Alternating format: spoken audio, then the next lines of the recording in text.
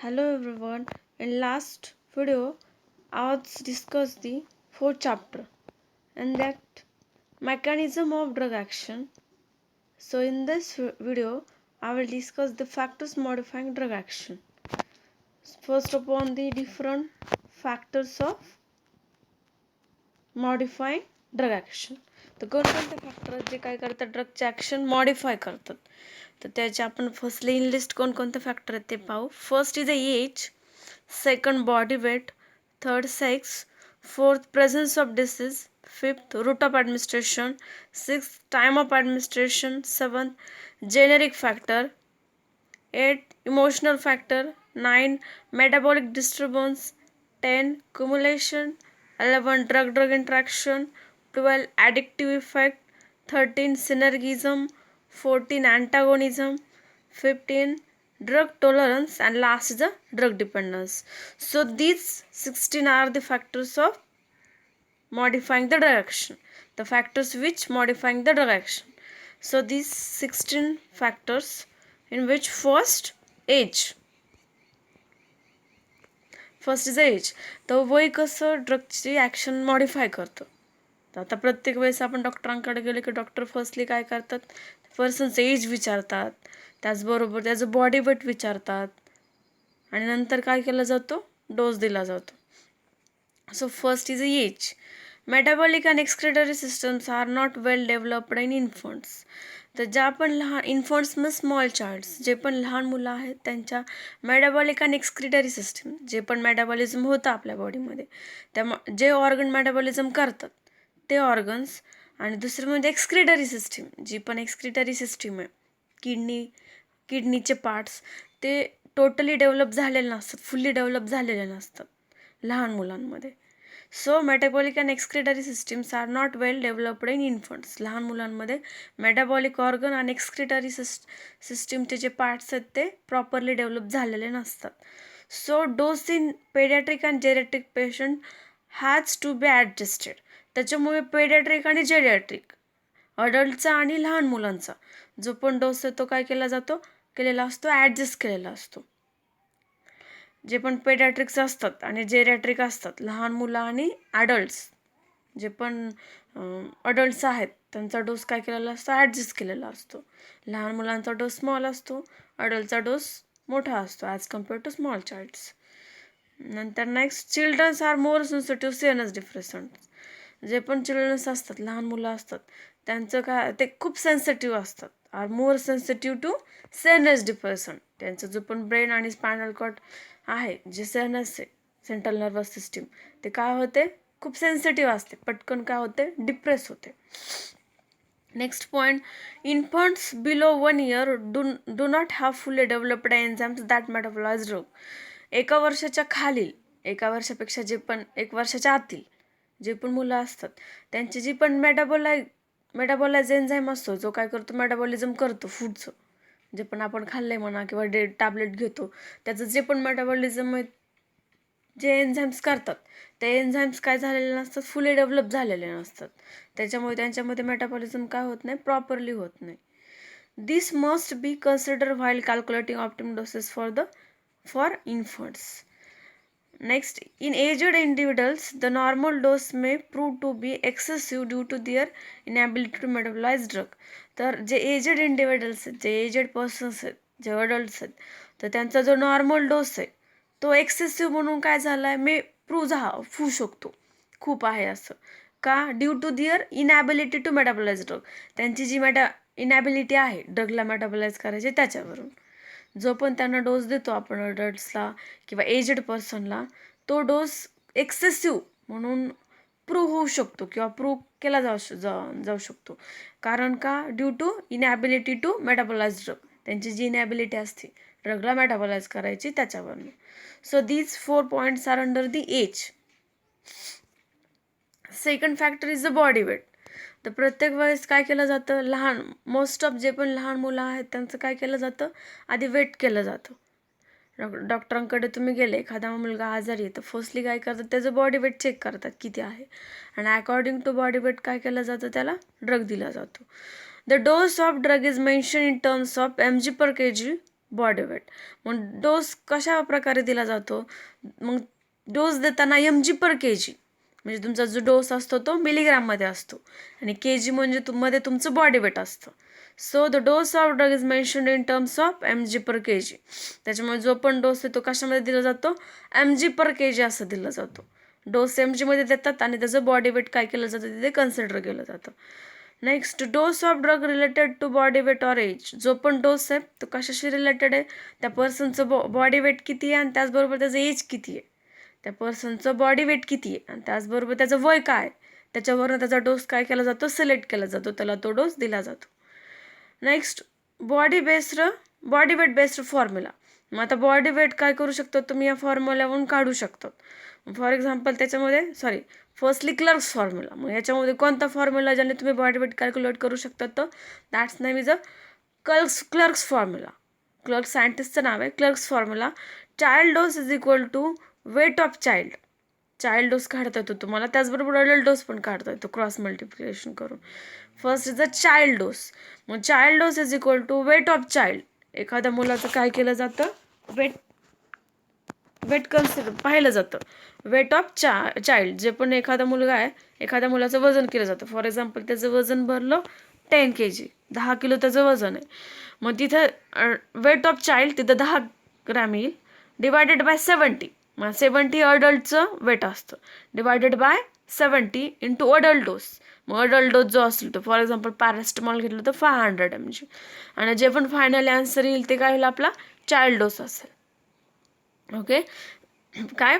Child dose is equal to weight of child. जे पण weight येईल चाइल्डचं ते इथं टाकतात, डिवायडेड बाय 70 भागिले 70 इंटू अडल्ट डोस. जो पण अडल्ट डोस आहे तो तिथे दिलेला असतो त्या फॉर्म्युल्यामध्ये. किंवा एखादं एक्झाम्पल जरी विचारलं तरी त्याच्यामध्ये याच्यामधल्या कोणत्या पण 2 गोष्टी दिलेल्या असतात. एक तर चाइल्ड डोस दिलेला असेल, वेट ऑफ चाइल्ड दिलेला असेल, तुम्हाला अडल्टचा डोस काढायला लावतील. किंवा चाइल्ड डोस काढायला लावतील, त्याच्यामध्ये वेट ऑफ चाइल्ड दिलेला असेल आणि अडल्ट डोस दिला असेल. या फॉर्म्युलावरनं तुम्ही काय करू शकतात? जे पण चाइल्ड डोस आहे तो कॅल्क्युलेट करू शकतात, त्याचबरोबर अडल्ट डोस पण कॅल्क्युलेट करू शकतात. Next is a sex. Females require smaller doses of drug due to their lesser body weight. आता जे पण फिमेल्स असतात, ज्या पण लेडीज असतात, त्यांचा डोस काय असतो? स्मॉल असतो. Due to their lesser body weight. त्यांचं जे पण बॉडी वेट काय आहे, त्यांचं बॉडी वेट जे पण असतं ते कमी असतं. म्हणून लेडीजचा डोस काय असतो? ज्या पण लेडी असतात, ज्या लहान लेडीज असतात, त्यांचा डोस काय असतो? स्मॉल असतो, कमी असतो ॲज कम्पेअर्ड टू मेल्स. माणसांपेक्षा लेडीजचा डोस काय असतो? कमी असतो. ड्यू टू कारण जे पण लेडीज असतात त्यांचं बॉडी वेट काय असतं? कमी असतं. Drug must be administered with care in female during menstruation, pregnancy or lactation. आता ज्यावेळेस पण लेडीजमध्ये मेनिस्ट्रेशन, प्रेग्नन्सी ऑर लॅक्टेशन या एखाद्या सिच्युएशनमध्ये लेडीज असेल किंवा लेडी असेल तर त्या कंडिशनमध्ये काय केलं जाते? ड्रग देताना केअरफुली दिले जातात. So drug must be administered with care in females. ज्या पण फिमेल्स असतात त्याच्यामध्ये केअरफुली ड्रग दिले जातात. कधी? तर मेनिस्ट्रेशनच्या वेळेस, प्रेग्नन्सीच्या वेळेस और लॅक्टेशनच्या वेळेस. नंतर next point is a example. Drugs like methyldopa and blocker interfere with sexual function in males but not in female. तर जे पण ड्रग आहे मिथाइलडोपा, त्याच्यानंतर ब्लॉकर्स म्हणजे अल्फा ब्लॉकर, बीटा ब्लॉकर्स. जे पण blockers propanol, methanol, these are the alpha beta blocker. मग ते जे पण ब्लॉकर्स आहेत त्याचबरोबर मिथाइलडोपा हा जो ड्रग आहे, हे काय करतात? जे पण मेल्सचं सेक्सुअल फंक्शन आहे त्याच्यामध्ये इंटरफिअर करतात. मेल्समध्ये काय करतात? सेक्सुअल फंक्शनमध्ये इंटरफिअर करतात. पण हेच ड्रग फिमेल्समध्ये इंटरफिअर करत नाही. So also dose is depend on sex. एखादी लेडी का जेंट्स आहे त्याच्यावरती त्याचा डोस काय असतो? डिपेंड असतो.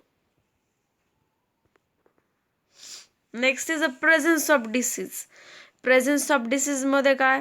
आता first point, antibiotics like streptomycin, kanamycin are mainly excreted by the kidney. जे पण अँटीबायोटिक्स आहेत त्याच्यामध्ये स्ट्रेप्टोमायसिन, कॅनामायसिन हे किडनीमधून एक्सक्रीट होतात. जी पण किडनी असते आपली त्या किडनीमधून काय होतात? स्ट्रेप्टोमायसिन आणि कॅनामायसिन बॉडीतून एक्सक्रीट होतात, बाहेर पडतात. So they may prove toxic on parental administration in patients with improper kidney function. Okay, मग आता फॉर एक्झाम्पल एखादा पर्सन आहे, त्याला किडनीचा प्रॉब्लेम आहे, त्याचं किडनी फंक्शन प्रॉपरली वर्क करत नाही आहे, आणि त्या पर्सनला जर काय केलं, पॅरेंटली स्ट्रेप्टोमायसिन आणि कॅनामायसिन दिला, तर काय करतो तो, मे प्रूव्ह टॉक्झिक, तो टॉक्झिक असू शकतो. स्ट्रेप्टोमायसिन आणि कॅनामायसिन किडनीतून काय होतात, बॉडीतून रिमूव्ह होतात, एक्सक्रीट होतात. पण काय, ज्यावेळेस एखादा पर्सन आहे की त्याला काय त्याचा प्रॉब्लेम आहे, किडनी प्रॉपरली वर्क करत नाही आहे, त्या पेशंटला जर आपण पॅरेंटली स्ट्रेप्टोमायसिन आणि कॅनामायसिन दिलं, तर दे मे प्रूव्ह टॉक्झिक, त्याला काय होऊ शकते, त्याची टॉक्झिसिटी होऊ शकते, त्याला तो हार्मफुल होऊ शकतो. It is also observed that drugs like barbiturate produce usually long effect in cirrhotic patients. मग अजून याच्यावरनं काय, जे पण बार्बिच्युरेट्स आहेत, बार्बिच्युरेट्स ड्रग आहेत जे हिप्नोटिक सेडेटिव्हमध्ये येतात, barbiturates, phenobarbitone, secobarbitone, these are the examples of barbiturates. So barbiturates produce usually long effect, काय करतात, लॉंग इफेक्ट प्रोड्यूस करतात. तर कुणामध्ये, तर जे पण सिरॉटिक पेशंट्स आहेत त्यांच्यामध्ये, जे पण सिरॉटिक पेशंट्स आहेत त्या पेशंट्समध्ये बार्बिच्युरेट काय करतो, लॉंग इफेक्ट प्रोड्यूस करतो. So this is an example of presence of disease. Next point is a fifth factor, that is a route of administration. Route governs the speed and intensity of drug response. आता route वरती काय depend असतं, त्या ड्रगचा speed किती आणि त्या ड्रगची intensity किती आहे, ती त्या ड्रगच्या रूटवरती डिपेंड असते. एखादा ड्रग आहे त्याची स्पीड काय ॲक्ट होण्याचं, आता फॉर एक्झाम्पल जर ओरल घेतले तर ओरलला जे पण ॲब्सॉर्प्शन आहे ते व्हायला वेळ लागतो, त्याच कम्पेअर्डमध्ये जर पॅरेंटल घेतलं तर त्याचं ॲब्सॉर्प्शन फास्ट असतं as compare to oral.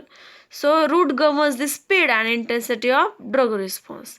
ड्रगचा response कशावरती डिपेंड असतो, त्याचं स्पीड काय आहे, त्याचा रूट कोणता आहे, त्याचं स्पीड आणि इंटेन्सिटी त्या रूटवरती डिपेंड असते. Next, the rate of absorption is differ with route of administration. जो रेट असतो ॲब्सॉर्प्शन व्हायचा, ॲब्सॉर्प्शन फास्ट कमी होणं किंवा जास्त होणं, तर ते कसं is differ with route of administration. Route change झाला त्याचं ॲब्सॉर्प्शन काय होणार आहे, चेंज होणार आहे. ओरलचं ॲब्सॉर्प्शन काय असतं, इरेग्युलर असतं, आणि त्याच कम्पेअरमध्ये पॅरेंटलचं ॲब्सॉर्प्शन क्विक असतं, फास्ट असतं. जे पण इंट्राव्हेनस रूटचं ॲक्शन पण फास्ट असते आणि त्याचं ॲब्सॉर्प्शन पण 100% असतं. So rate of absorption is differ with route of administration. Route change झाला की ॲब्सॉर्प्शनचा रेट पण काय होतो, चेंज होतो. Next, in general IV dose of drug is smaller than oral and time of onset of action is quick with IV route. तर जनरलमध्ये विचार केला तर जो पण IV रूट असतो, इंट्राव्हेनस, जे इंट्राव्हेनस इंजेक्शन्स देतात, तर त्याचा जो आहे तो काय असतो, स्मॉलर असतो, कारण ते directly going in to blood circulation, वेन्समध्ये दिला जातो IV मध्ये. मग त्याचा जो पण डोस असतो तो काय असतो, खूप लहान असतो, स्मॉल असतो, कमी डोस दिला जातो IV थ्रू दॅन ओरल. तसं ओरलमध्ये आपण काय करू शकतो, जास्त डोस पण देऊ शकतो, कारण it is not directly going to blood circulation. त्याचं फर्स्टली डिझॉल्युशन, डिसइंटिग्रेशन होतं, त्याला वेळ लागतो. सो ओरली आपण काय जास्त डोस पण देऊ शकतो, पण जे पण IV आहे ते डायरेक्टली ब्लड सर्क्युलेशनमध्ये जातो, त्याच्यामुळे त्याचा डोस काय असतो, कमी असतो. So in general IV dose of drug is smaller than oral. जो पण IV डोस असतो तो स्मॉल असतो as compare to oral dose. And time of onset of action is quick. And जी पण ॲक्शन असते, जी ह्याची इंट्राव्हेनस रूटची, ती फास्ट असते आणि क्विक असते. IV रूट जर इंजेक्शन दिलं IV रूटने तर त्याची ॲक्शन कशी असणार आहे, फास्ट असणार आहे, पटकन इफेक्ट भेटणार आहे, पण डोस कसा असतो, स्मॉल असतो. मग याच्यामध्ये एक्झाम्पल आहे, magnesium sulphate given orally produce purgation, applied locally on inflame area, decreases swelling, while intravenously it produces sinus depression and hypotension. आता एकच ड्रग आहे मॅग्नेशियम सल्फेट, पण त्याचा आपण रूट चेंज केला की त्याचा यूज चेंज होतोय. तर फर्स्टली आपण जर एखादा पेशंट्स आहे त्याला आपण ओरली दिला, किंवा एखाद्याला पर्गेटिव्ह ॲज अ पर्गेटिव्ह म्हणून काय करू शकतो, आपण देऊ शकतो एखाद्याला त्रास होतो त्या कंडिशनमध्ये. एखाद्या पेशंट्सला दिला तो ओरली, टॅबलेट त्याचे दिली किंवा कॅप्सूल फॉर्ममध्ये दिला, टॅबलेट फॉर्ममध्ये दिला, तर इट प्रोड्युसेस पर्गेशन. तो काय प्रोड्यूस करतो, पर्गेटिव्ह म्हणून ॲक्ट होतो. आणि त्याचीच जर क्रीम क्रीम असेल किंवा एखादं त्याचं जेल वगैरे असेल, क्रीम असेल, तर क्रीम जर दिली तर ती काय करते, एखादा इन्फ्लामेशन झालेला एरिया आहे, तुम्हाला आपल्याला समजा एखाद्या पर्सनला इन्फ्लामेशन झालं त्याच्यावरती ते अप्लाय केलं तर ते काय करणार आहे, जे पण स्वेलिंग आहे, ती जर सूज आलेली आहे ती काय करणार आहे, डिक्रीज करणार आहे. जर लोकली दिली तर, ओरली दिली तर पर्गेशन ॲज अ पर्गेटिव्ह म्हणून ॲक्ट होती. जर लोकली दिलं तर स्वेलिंग डिक्रीज करते इन्फ्लामेशन झालेल्या जागेवरतं.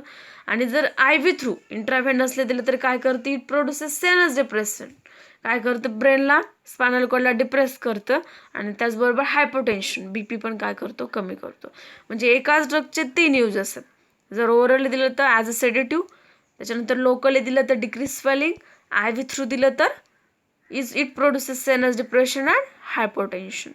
So these are the all these 5 factors. So thank you. Next factors are discussed in next lecture, next video. Thank you.